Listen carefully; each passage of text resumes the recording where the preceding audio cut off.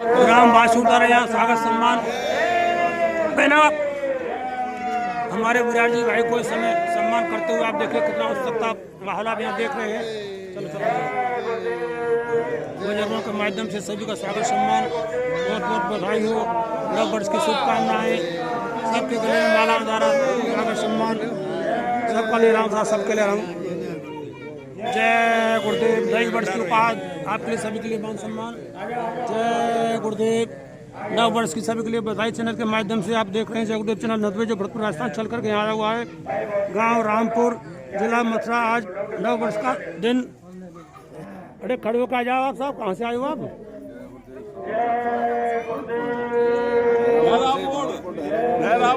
आश्रम से। जय गुरुदेव, सभी का सम्मान माला पहना कर किया गया। जय गुरुदेव साहब, जय गुरुदेव। हमारा भाई साहब देखिए कितना सम्मान कर रहे हैं, धन्यवाद देखिए। नव वर्ष की शुभकामनाएं। जय गुरुदेव। गांव के अंदर बहुत भाव भीनी इस समय स्वागत सम्मान नव वर्ष के देखते हुए।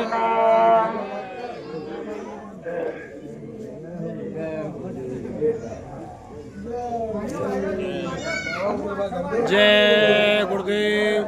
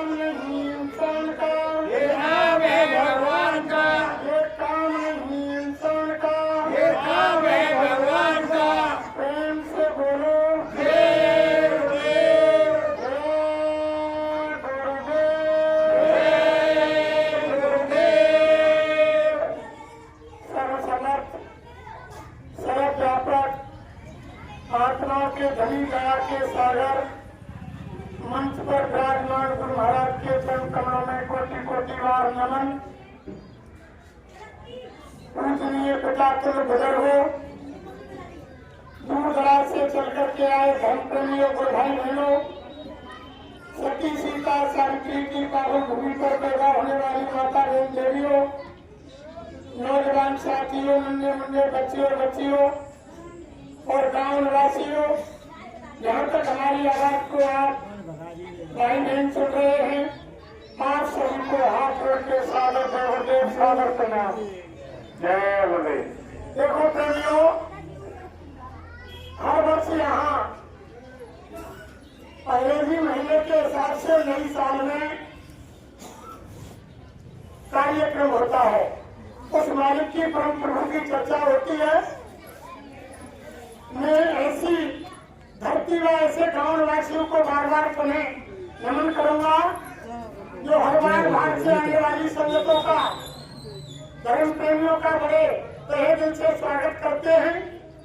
ये गांव और यहाँ के निवासी बड़े ही धन्य हैं। ये बहुत बड़ी पावन धरती है, यहाँ पर हर साल उस मालिक की दया से मालिक की चर्चा होती है। मैं सब गांव वालों को बार बार नमन करता हूँ, प्रणाम करता हूँ। तो मेरे प्रेम को स्वीकार करें।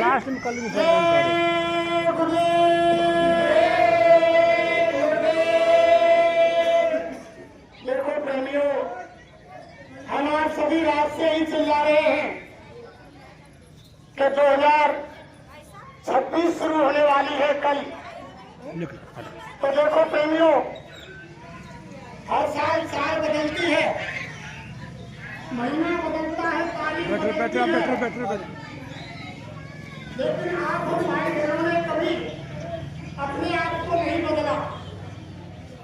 बताओ किसी भाई बहन ने अपने आप को साल के शुरू में बदला हो? किसी ने अपने आचार विचार बदले, या अपना रहन सहन बदला, या अपना खान पान बदला, या अपना स्वभाव बदला? बताओ किसी ने बदला? ये साल महीने तारीखें तो हमेशा बदलती रहती हैं, लेकिन हमारे गुरु महाराज कहते थे, अरे बच्चा, नव वर्ष अंग्रेजी महीनों के हिसाब से लग गया।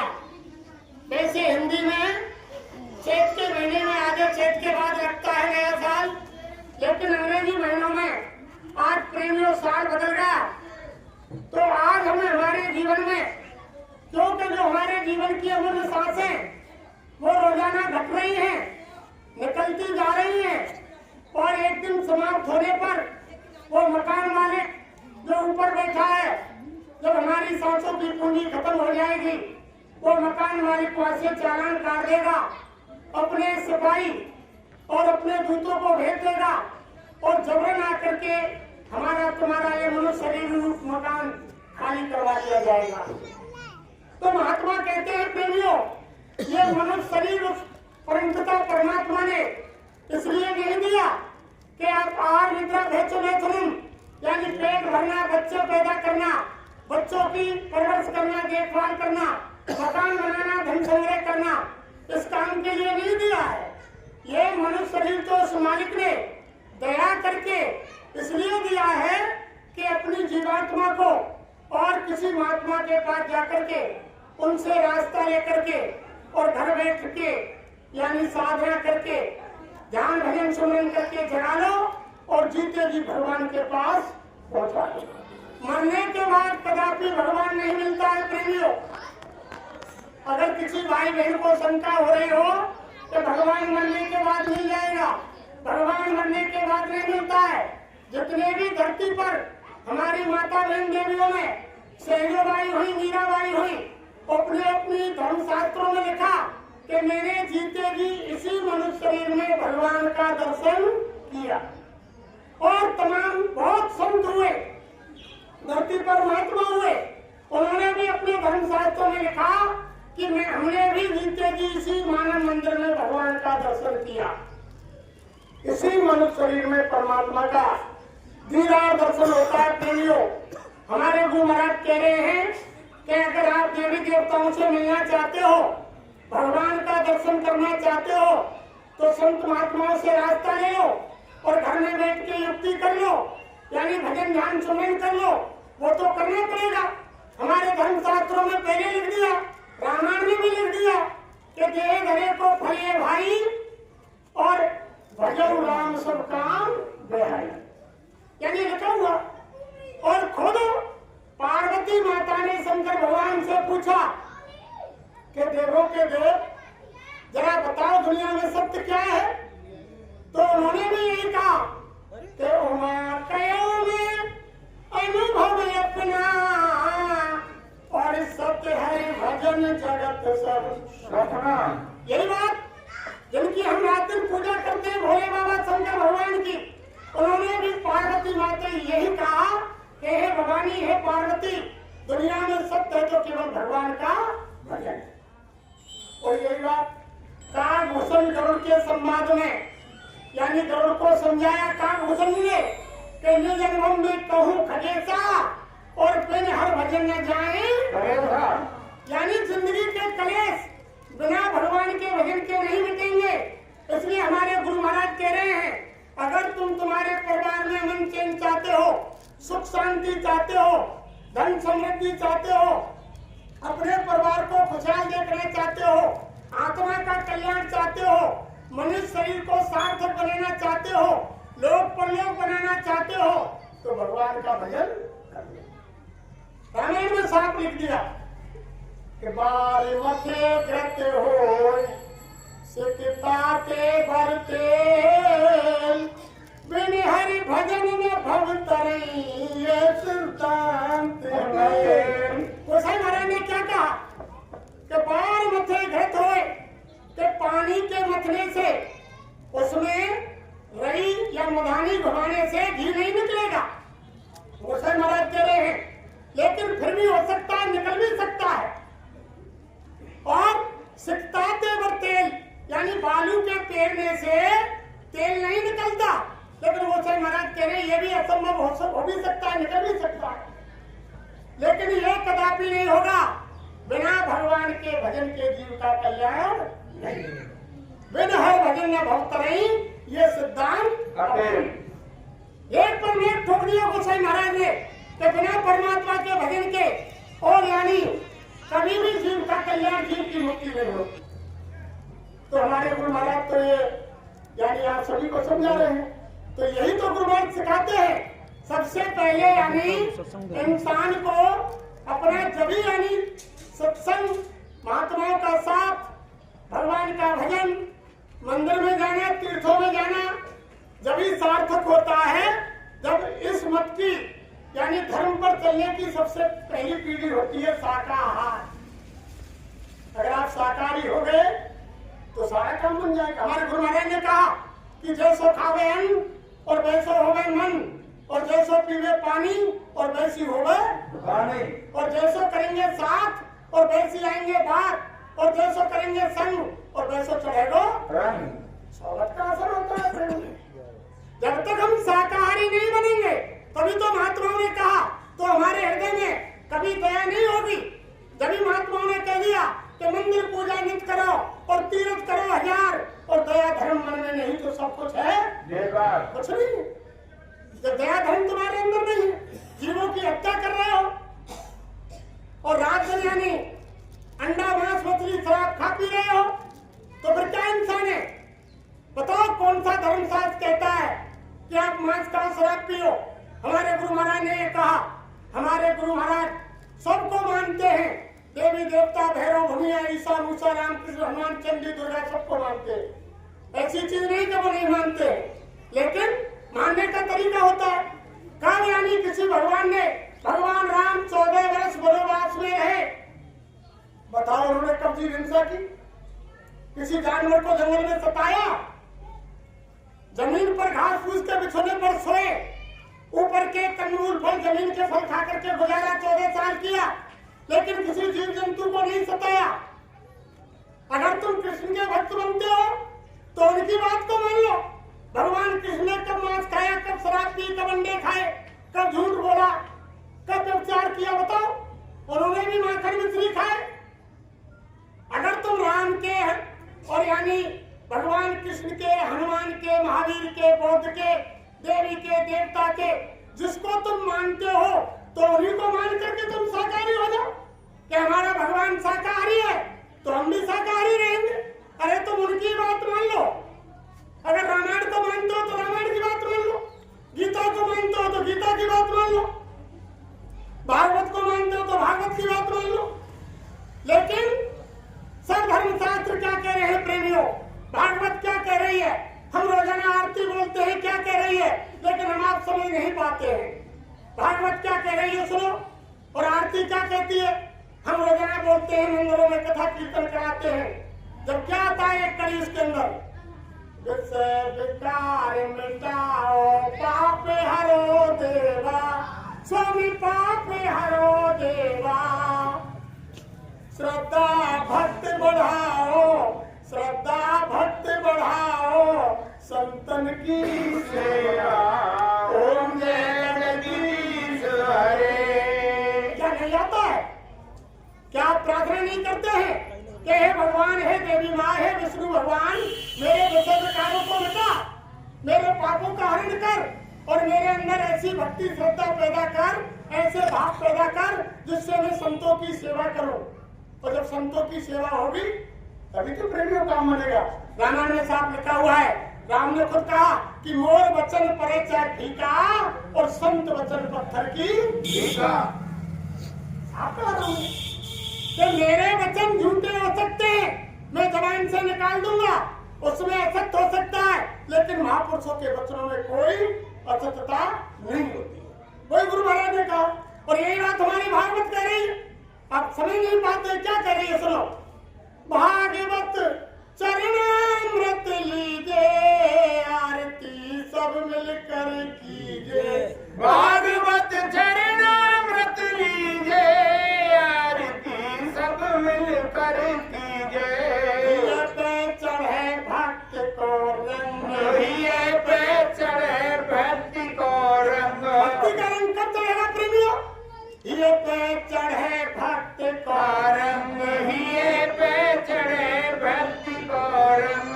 मिले जब संतन को सत्संग, मिले जब संतन को सत्संग। जन्म फिर थामत कीजे, आरती सब मिलकर कीजे। भागवत चरणामृत लीजे, आरती सब मिलकर कीजे। हम समझ नहीं पाते हैं कि हमारे धर्मशास्त्र क्या कह रहे हैं। समझ जाते हैं, कहने लग जाते हैं कि भगवान को नहीं मानते, देवी देवता को नहीं मानते। और हमारे गुरु महाराज कहते हैं कि हम तो सबको मानते हैं। तो रामायण के अंदर लिखा हुआ है, सारी चीज गोसाई महाराज ने लिख करके उसमें पूरा डिटेल दे दिया, कोई चीज ऐसी नहीं छोड़ी गोसाई महाराज ने। हम आप नहीं समझ पाए। अरे राम आए त्रेता के अंदर और भगवान कृष्ण आए द्वापर के अंदर, तो यानी भगवान राम के आने से पहले भी कोई नाम होगा, पहले भी तो कोई नाम होगा। और भगवान राम कृष्ण अपना काम करके धरती से चले गए अपने धाम के लिए, अब भी नाम है। तो महात्मा ने क्या कहा, रामायण के अंदर लिखा हुआ है कि कोट नाम संसार में ताते मुक्त न होए, और आद नाम जो गुप्त है पूजे बिरला होए। वो पहले भी था, महात्मा कह रहे कि वो नाम पहले भी था और आज भी है और अब भी है और आगे भी रहेगा। फिर क्या कहा, सुमर पवन सुत पावन नामो, अपने बस कर राखे रामो। कहाँ लगे करो में नाम बढ़ाई, राम न सकई नाम गुण गाई। जा सुनाम सुमरत एक बारा, नर उतरे भव सिंधु अपारा। नाम लेत भव सिंधु सुखाई, करो विचार सुजन मन माई। वो नाम तो ऐसा है, वो नाम तो ऐसा है जो रामायण बता रही है, उसकी बिना को राम भी नहीं जा सकते। वो नाम तो ब्रह्म राम के नाम वरदायक वरदान, रामायण सत्यकोट में लियो मयेशु जान। वो उस नाम की क्या है, हम समझ नहीं पा रहे हैं। हम खुद गोस्वामी जी महाराज ने लिखा कि एक राम दशरथ का बेटा और एक राम घटघट में बैठा और एक राम का सकल पसारा और एक राम इन सबसे न्यारा। तीन राम व्यवहार है, एक राम निस्सार ताको करो विचार, उसका विचार करो। लेकिन आप समझ नहीं पाते कि क्या महात्मा क्या कह रहे हैं, महात्मा क्या कह रहे हैं, नहीं समझ पा रहे हैं। अरे भाई देखो, हर युग में अगर सतयुग के अंदर हरि को नाम को जगाया, महात्माओं ने आह्वान किया, हरि नाम में ताकत भरी। और उस समय इंसान की उम्र 1 लाख वर्ष की थी, मन हाथी के समान बलवान था और प्राण हड्डियों में थे। तब तक हड्डी नहीं गलती थी जब तक उनके प्राण नहीं निकलते। इतिहास बताते हैं हमारे कि ऋषि मुनियों ने 60-60 हजार वर्ष तपस्या की, 80-80 हजार वर्ष तपस्या की, क्योंकि उम्र 1 लाख वर्ष की थी। हड्डियां नहीं खत्म होती तब तक वो काम होता। उस समय हरि नाम को जगाया, ऋषि मुनि महात्माओं ने कई हजार वर्ष लगातार प्रचार किया कि सुनो सुनो सुनो दुनिया वालों, ये हरि नाम उस भगवान, उस परम पिता परमात्मा शक्तिमान शक्ति का है। तुम इनका साथ दो, इनका जाप करो, तुम्हारा कल्याण होगा। उस समय के हिरण्यकश्यप जैसे राक्षसों ने नहीं माना कि कौन हरि होता है, कौन भगवान होता है, मैं ही भगवान हूँ। अंत में क्या हुआ, विनाश हुआ। बुरे कर्म थे सब गए, धन धर्म और वंश, ना माने तो देख लो रावण दुर्योधन। उसके बाद सत्युग समाप्त हो गया प्रेमियों। अगर सत्युग हरि नाम से सतयुग, त्रेता, द्वापर और इस समय कलयुग, चारों युगों में जीव का कल्याण होता तो त्रेता के अंदर राम नाम को आह्वान करने की जरूरत नहीं थी। जब सतयुग समाप्त हो गया तो राम नाम को आह्वान करके ऋषि मुनि महात्माओं ने धरती पर बुलाया। जब वो भगवान आए, उनका नाम राम रखा। उस समय भी वो बहुत समय प्रचार किया, अरे दुनिया वालों, ये राम का नाम, ये राम स्वयं भगवान धरती पर, वो कहते हैं ना, रामायण के अंदर लिखा है, जब जब होए धर्म की हानि, बाढ़े असुर यदम अभिमानी, तब तब प्रभु धरे विविध शरीरा, हरे सकल सज्जन की पीड़ा। जब भगवान को पड़ता तो त्रेता में राम आए, राम का नाम रखा, उसमें पावर भरा। राम ने जीवों का रक्षा की, राक्षसों का विनाश किया, धरती पर धर्म की स्थापना की और अपना काम करके अपने धाम को चले गए। उसके बाद फिर द्वापर लग गया। अगर त्रेता वाले राम नाम से त्रेता, द्वापर और कलयुग में यानी जीवों का कल्याण होता तो द्वापर में यानी योगेश्वर कृष्ण को बुलाने की जरूरत, भगवान कृष्ण को आह्वान किया। ऋषि मुनि महात्माओं ने भगवान कृष्ण को धरती पर उतारा, बुलाया और उनकी पुकार सुनी, जमीन पर आए और उनका नाम यानी कृष्ण रखा गया। और उन्होंने ऋषि मुनि महात्माओं ने बहुत समय तक धरती पर प्रचार किया, हे दुनिया वालों, ये भगवान कृष्ण हैं, इनका नाम कृष्ण है, धरती पर धर्म की स्थापना के लिए, जीव कल्याण के लिए और यानी भक्तों की रक्षा के लिए और राक्षसों के विनाश के लिए आए हैं। उस समय लोगों ने नहीं माना, राम को लोग नहीं पहचान पाए। भगवान राम को देखते देखते 14 साल का वनवास दे दिया। अगर उस समय के लोग पहचान जाते, महात्माओं की बात मान लेते कि ये भगवान है, तो केवल 3 प्राणी हैं, जहाँ पर नहीं जाते प्रेमियों। राम, लक्ष्मण, सीता केवल 3 प्राणी गए अयोध्या के लिए, सारी अयोध्या वही रही अयोध्या के अंदर। अगर वो समझ जाते कि ये भगवान है, जब भगवान उनको जा रहे तो हमें अयोध्या में रहकर क्या करेंगे, सारी पब्लिक उनके साथ लग जाए। उस समय लोगों ने नहीं पहचाना, भगवान कृष्ण को लोगों ने नहीं पहचाना। उस समय अगर उनको पहचान जाते तो उनको मथुरा से द्वारका नहीं भगना पड़ता था। आपने क्या सुना होगा, जब 17 बार जरासंध का युद्ध हुआ, उस समय जब 16 बार युद्ध हो लिया, 17वीं बार जरासंध राक्षसों को लेकर मथुरा पर आक्रमण कर रहे थे, उस समय मथुरा, वृंदावन, नंदगांव, गोकुल बरसाने के लोग आ गए योगेश्वर कृष्ण के पास और हाथ जोड़कर कहा कि भैया कृष्ण, हम तो तेरी मार काटते आते, तंग आगे परेशान है भाई, फिरारोगे जरासंध, फिर मार काट होगी, इतने मरेंगे और खून की नदी बहेंगी। भैया हम तो ते परेशान है, हमारे हाथ जोड़े किए, तू मथुरा छोड़ के हम चले जाए तो बढ़िया। भगवान कृष्ण बलराम का हाथ पकड़ के सीधे सौराष्ट्र के पहाड़ पर चले गए। जिस समय जरासंध 17वीं बार आया, जरासंध ने रण छोड़ कहा, बलराम को भला भला कहा कि ये तो है ही रण छोड़, लेकिन तुम इनके पीछे क्यों जा रहे, तुम तो बड़े हल्दर धारी और योद्धा बनते हो, गदाधारी बनते हो। बलराम हाथ छुड़ा रहे थे, कृष्ण ने कहा कि रुक जा भैया, ये कभी खेल आपकी समझ में नहीं आएगा।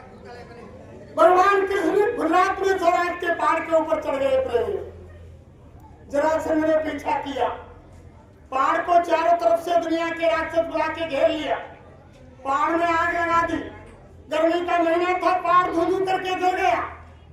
जरासंध ने समझा कि योगेश्वर कृष्ण और बलराम दोनों पहाड़ में जल के खत्म हो गए, अब कोई नहीं रहा। और अपनी योग शक्ति से निकल करके भगवान कृष्ण ने पानी में द्वारका बसा। कई वर्ष बाद जो उनके साथ गए सौराष्ट्र में, उन्होंने आकर सूचना दी कि जरासंध ने पहाड़ में आग लगा दी, कृष्ण और बलराम जलकर खत्म हो गए। नंदगांव, गोकुल, बरसाने, मथुरा, वृंदावन के लोग रोज हिट कर बैठ गए, भगवान कृष्ण की तेरहवीं मना ली और रोज हिट कर बैठ गए। उन्हें कह दिया कि चले गए, कई साल बाद भगवान कृष्ण ने दर्शन दिए, तब लोगों को मालूम पड़ी।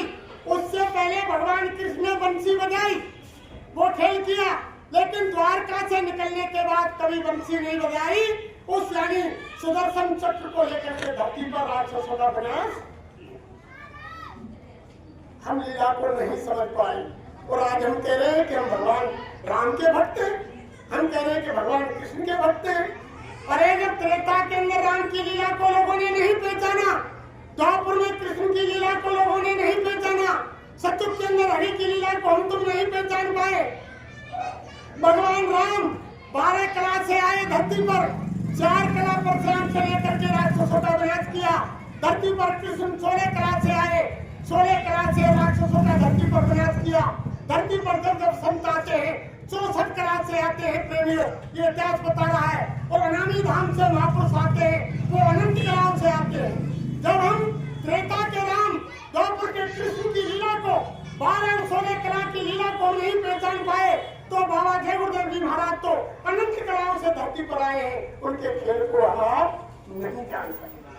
तभी तो गुरु महाराज ने कहा, बच्चा तुम मेरे गले में ताबीज बनकर 12 साल लगातार लटके रहे, 24 घंटे दिन रात 24 घंटे ताबीज बनकर मेरे गले में चले रहे, फिर भी तुम नहीं जान सकते हो कि बाबा जी की खोपड़ी में क्या है। धोखा खा गए, नहीं समझ पाए। अरे महात्माओं की बात और देखो प्रेमियों, यह संसार तो लेन देन का है, यह हर जीव को अपने कर्म का कर्जा देना पड़ेगा। कर्म ही पूजा है, और इंसान की बड़ाई नहीं होती है प्रेमियों, इंसान की महिमा नहीं होती है, हमेशा यानी कर्म की महिमा होती है। कभी भी इंसान को अपने रूप रंग पर और अपने मान सम्मान पर कभी घमंड नहीं करना चाहिए। ऐसा है, अगर कुदरत का एक झकोरा आया तो सारा पैसा,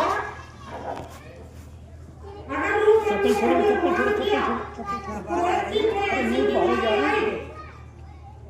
दूसरी पहलू सारा रूप रंग कछु पड़ जा और मान सम्मान मेरी का येड़ी निकल रही, नीचे जो हड्डी निकल रही है, कलर आ जाए मुझे।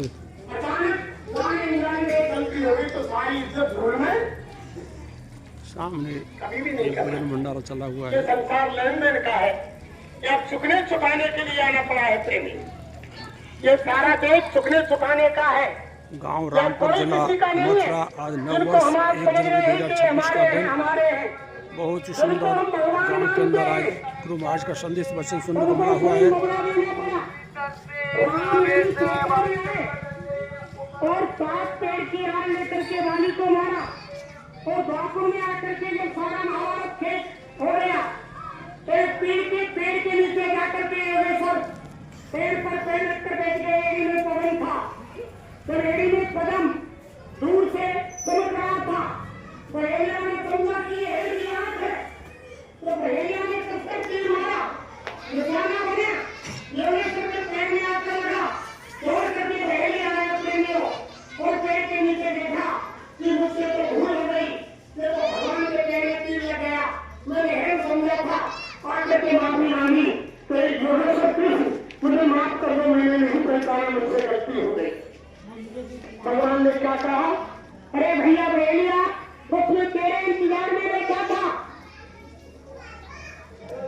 मैं तेरे इंतजार में बैठा था। भैया ने पूछा कि योगेश्वर मेरा इंतजार कैसा, कि भैया मेरा सारा काम हो गया, अब मेरे निजधाम जाने की तैयारी हो रही है। देखते हैं भोजन भंडारे में क्या सेवा चली हुई है। सेवादार इस समय भोजन बनाने में व्यस्त हैं। का विनाश हो गया, धरती को भंग करवा गया, अभी मेरे परिधान को जा रहा था, बहुत तेरा काम बाकी था। एलिया ने पूछा कि योगेश्वर मेरा कौन सा काम, कि भैया एलिया ये लेन देन का संसार है। जय गुरुदेव। इधर सब्जी बन रही है, उधर ये खीर तैयार की जा रही है उनके भक्तों द्वारा।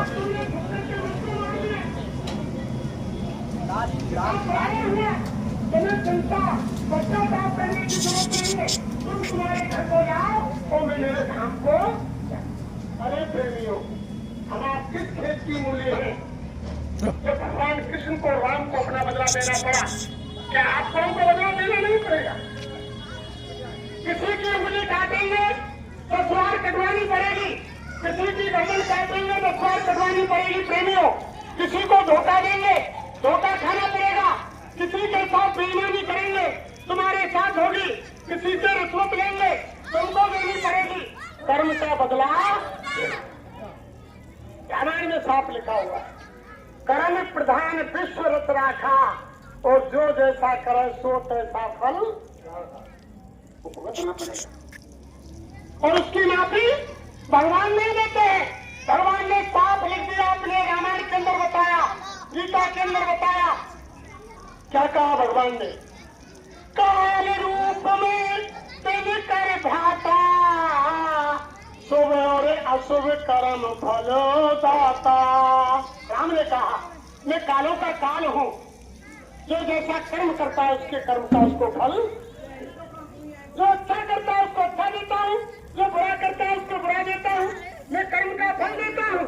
यही बात भगवान कृष्ण ने गीता में कही कि कर्म करेगा बंदे, फल की इच्छा मत करना इंसान, और जैसा कर्म करेगा वैसा फल देगा भगवान। यह गीता का ज्ञान आपको। हम कह रहे थे भगवान न्यायकारी है, जगह न्यायाधीश है। जैसा कर्म करेंगे उसका भोग हमको भोगना पड़ेगा, उसको कोई देखने वाला नहीं है। देखने के तो केवल महापुरुष होते हैं। तो रामायण में लिखा हुआ है कि सम्मुख होगी मुझे नहीं, और जन्म को करने से सब लिखा हुआ है। क्या काम करेंगे? तो जो नाम हृदय करे और हो बात को नाथ, और दुष्ट नारी आपकी परत पुरानी। जो महापुरुषों के वचन, उनका दिया हुआ नामदान, उनकी दी हुई गुरुदीक्षा जब हृदय में पड़ती है, अंदर पड़ती है, तो इंसान के कर्म उनके सामने ऐसे गिर जाते हैं। कोई बड़ी घास का ढेर हो, एक माचिस की तीली या आग की चिंगारी डाल दी जाए, एक मुट्ठी आग हो जाती है, ऐसे जीव के कर्म गिर जाते हैं।